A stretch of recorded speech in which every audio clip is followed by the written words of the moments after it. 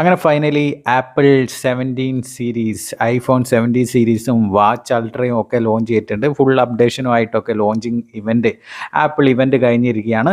അപ്പോൾ നമ്മളിന്ന് സംസാരിക്കാൻ പോകുന്നത് ആപ്പിൾ 16 to 17 അപ്ഗ്രഡേഷൻ എന്തൊക്കെയുണ്ട്, എന്താണ് ആപ്പിൾ 17 സീരീസ് ലോഞ്ച് ചെയ്യുമ്പോൾ 16 to 17 സീരീസിലുള്ള വ്യത്യാസം, ആപ്പിൾ ഐഫോൺ 17 കുറിച്ചിട്ടാണ് നാം സംസാരിക്കാൻ പോകുന്നത്. വലിയ വ്യത്യാസമൊന്നുമില്ല, എന്നാൽ വ്യത്യാസമുണ്ട് താനും. നമ്മൾ എടുത്തു പറയേണ്ടത്, നമുക്ക് ഐഫോൺ 70 ബേസ് മോഡൽ തൊട്ടിട്ട് 120 ഹെർട്സ് റിഫ്രഷ് റേറ്റുള്ള ഡിസ്പ്ലേ നമുക്ക് വന്നു എന്നുള്ളത് തന്നെയാണ് ഏറ്റവും ഇമ്പോർട്ടൻ്റ് ആയ കാര്യം. 120 ഹെർട്സ് റിഫ്രഷ് റേറ്റുള്ള ഡിസ്പ്ലേ, പ്രോ മോഷൻ ഡിസ്പ്ലേ നമുക്ക് ബേസ് വേരിയൻ്റ് ആയ ഐഫോൺ 70 തൊട്ടിട്ട് വന്നിട്ടുണ്ട്. നമുക്ക് 16 കഴിഞ്ഞ വർഷം ഇറങ്ങിയ ഐഫോൺ 16 വരെ നമുക്ക് 60 ഹെർട്സ് ഡിസ്പ്ലേ ആയിരുന്നത്, നമുക്ക് സൂപ്പർ റെറ്റിന XDR ഡിസ്പ്ലേ 17 സീരീസിൽ 120 ഹെർട്സ് നമുക്ക് കിട്ടുന്നു. Pro motion 120 hertz display. അതുമാത്രമല്ല, ആ ഡിസ്പ്ലേ സൈസും കൂടി ഇൻക്രീസ് ചെയ്തിട്ടുണ്ട്. 6.3 ഇഞ്ച് ഡിസ്പ്ലേ സൈസ് ആക്കിയിട്ടുണ്ട്. മറ്റത് 6 ഇഞ്ച് ആയിരുന്നു, 6.1 ഇഞ്ച് ആയിരുന്നു. ഇപ്പോൾ 6.3 ഇഞ്ച് ആക്കിയിട്ടുണ്ട്. നമ്മുടെ 16 പ്രോ ഒക്കെ അല്ലെങ്കിൽ 17 പ്രോ ഒക്കെ പോലെ സെയിം സൈസിലേക്ക് മാറ്റിയിട്ടുണ്ട്. പ്രൊമോഷൻ ഡിസ്പ്ലേ ആണെന്ന് നമ്മൾ പറഞ്ഞു, 120 ഹെർട്സ്. അതുകൊണ്ട് തന്നെ 120 ഹെർട്സ് ഡിസ്പ്ലേ വന്നത്, പ്രൊമോഷൻ ഡിസ്പ്ലേ വന്നതുകൊണ്ട് തന്നെ നമുക്ക് ഓൾവേസ് ഓൺ ഡിസ്പ്ലേ വന്നിട്ടുണ്ട്. അപ് ടു 1 ഹെർട്സിൽ നമുക്ക് ഓൾവേസ് ഓൺ, അറ്റ് 1 ഹെർട്സിൽ നമുക്ക് ഓൾവേസ് ഓൺ ഡിസ്പ്ലേ കിട്ടുന്നുണ്ട്. പിന്നെ പീക്ക് ബ്രൈറ്റ്നസ് 3000 നിറ്റ്സിലേക്ക് അപ്ഗ്രേഡ് ചെയ്തിട്ടുണ്ട്. മറ്റേ 16 അപേക്ഷിച്ചിട്ട് നല്ല 30,000 നിറ്റ്സ് പീക്ക് ബ്രൈറ്റ്നസ് ഉണ്ട്. പിന്നെ നമ്മുടെ ബെസൽസ് കുറച്ചും കൂടി തിന്നർ ആക്കിയിട്ടുണ്ടെന്നാണ് ഐഫോൺ ഇവൻറ്റിൽ അവർ ഡിസ്ക്ലോസ് ചെയ്തിട്ടുള്ളത്. പിന്നെ നമ്മുടെ ക്യാമറയിലൊന്നും വലിയ മാറ്റമൊന്നുമില്ല. നമ്മുടെ 48 മെഗാ പിക്സലിൻ്റെ fusion camera, 48 megapixel, 12 megapixel fusion camera, നോർമലായിട്ടുള്ള 2x ടെലിഫോട്ടോവും മെയിൻ 48 MBൻ്റെ മെയിൻ ഫ്യൂഷൻ ക്യാമറയാണ്. വലിയ വ്യത്യാസമൊന്നുമില്ല. ഒരു സാധാരണ അലക്കി വിടുന്ന പോലെ അങ്ങ് അലക്കി വിട്ടിട്ടുണ്ട്. സെയിം 16 സെയിം തന്നെയാണ് വരാൻ പോകുന്നത്. വലിയ വ്യത്യാസം കാര്യങ്ങളൊന്നുമില്ല. സോഫ്റ്റ്വെയർ ആണെങ്കിലും 26 ഈ ലോഞ്ചിൽ തന്നെ 17 തന്നെ കിട്ടുന്നുണ്ട്. അപ്പോൾ അതുകൊണ്ടും പിന്നെ നമ്മുടെ പ്രൊസസ്സർ 19 ആയതുകൊണ്ടും ക്യാമറ ക്വാളിറ്റി കുറച്ച് ഇമ്പ്രൂവ് ആവും.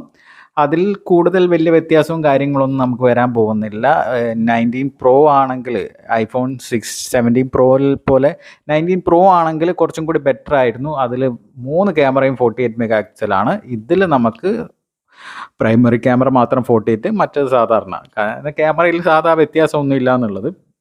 നമുക്കിങ്ങനെ ബാറ്ററി ഡിപ്പാർട്ട്മെൻറ്റ് നോക്കുകയാണെങ്കിൽ 16 അപേക്ഷിച്ചിട്ട് 8 hours വീഡിയോ പ്ലേ ബാക്ക് കൂടുതൽ കിട്ടുമെന്നാണ് ഐഫോൺ ഇവൻറ്റിൽ അവർ പറഞ്ഞിരിക്കുന്നത്. അതും നമ്മുടെ സോഫ്റ്റ്വെയർ അപ്ഗ്രഡേഷനും നമ്മുടെ ഇത് പ്രോസസ്സറിൻ്റെ മാറിയതിൻ്റെ ഒക്കെ ഗുണമായിട്ടായിരിക്കും. പിന്നെ പ്രൊമോഷൻ ഡിസ്പ്ലേ കാര്യങ്ങളൊക്കെ വന്നതുകൊണ്ട് തന്നെ നമുക്ക് 8 hours വീഡിയോ പ്ലേ ബാക്ക് കിട്ടും എന്നാണ് പറയുന്നത്.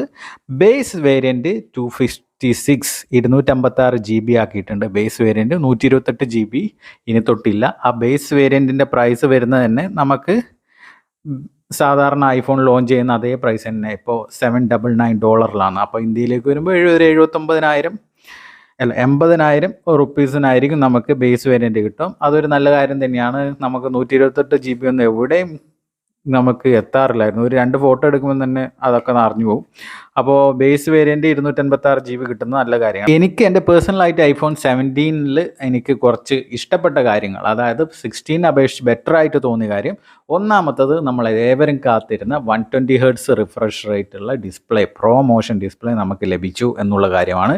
ആൻഡ്രോയിഡിലൊക്കെ മുന്നേ ഉണ്ടെങ്കിൽ ഐഫോണിൽ എപ്പോൾ വരും എന്ന് നമ്മൾ കാത്തിരുന്നത്, അവസാനം ഐഫോൺ 17 സീരീസിൽ നമുക്ക് തന്നു 120 ഹെർട്സ് ഡിസ്പ്ലേ ബേസ് വേരിയൻ്റായ അതിൽ കിട്ടി. പിന്നെ കുറച്ചും കൂടി സ്ക്രീൻ സൈസ്, അതായത് ഡിസ്പ്ലേ സൈസ് അപ്ഗ്രേഡ് ചെയ്തിട്ടുണ്ട്. 6.1 6.3 ഇഞ്ച് ആക്കിയിട്ടുണ്ട്. അതും ഒരു നല്ല കാര്യമായിട്ട് എനിക്ക് പേഴ്സണലി ഫീൽ ചെയ്യുന്നു. അതുകൂടാതെ നമുക്ക് ഇത് 256 GB ബേസ് വേരിയൻറ്റ്, അതായത് സെയിം 16 നമുക്ക് 128 GB കിട്ടിയ അതേ പ്രൈസിൽ നമുക്ക് 256 GB കിട്ടുന്നു എന്നുള്ളത് മാത്രമാണ്. ഈ 3 കാര്യങ്ങളാണ് എനിക്ക് ഈ 17 16 അപേക്ഷിച്ച് ബെറ്ററായി തോന്നിയത്. വേറെ ബാക്കി വലിയ അപ്ഗ്രേഡും കാര്യങ്ങളൊന്നുമില്ല. സാധാരണ ഈ സോഫ്റ്റ്വെയർ ഐഫോൺ 26 iOS 26 നമുക്ക് 16 കിട്ടും. ക്യാമറയും വലിയ അപ്ഗ്രേഡോ കാര്യങ്ങളോ ഒന്നുമല്ല. സെയിം 48 മെഗാ പിക്സലും 12 മെഗാ പിക്സലും 2x ടെലിഫോട്ടോ അത് തന്നെയാണ് 16ലും 17ലും.